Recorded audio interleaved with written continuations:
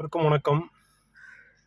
சென்னையில் நேற்று புதிய பேருந்து நிலையம் கிளாம்பாக்கம், வண்டலூர் கிளாம்பாக்கத்தில் ஒரு இந்திக்கார பொண்ணு கரெக்டாக 11:30 மணி டைம் சொல்கிறாங்க. ஆட்டோவல் சில்மிஷம், பாலியல் தொல்லை.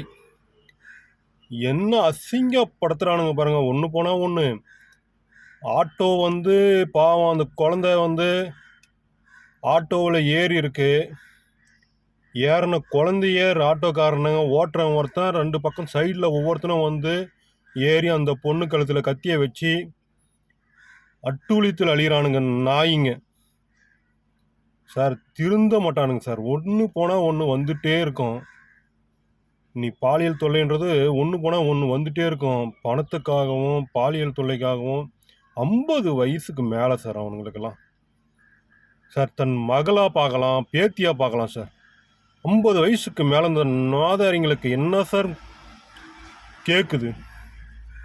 புறம்போக்கு நாய்ங்களுக்கு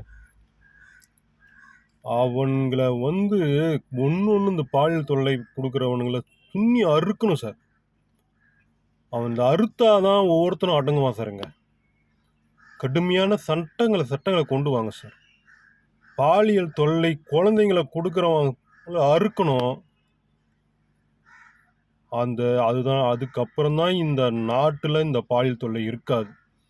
நீங்கள் எத்தனை சட்டம் கொண்டு வந்தாலும் அவன் என்ன மயிருக்குன்ட்டு அவன் போயிட்டே இருக்கான். என்ன சொல்கிறது? இன்னும் எத்தனை பெண்களுடைய வாழ்க்கையை கெடுக்க போகிறீங்கன்னு தெரில.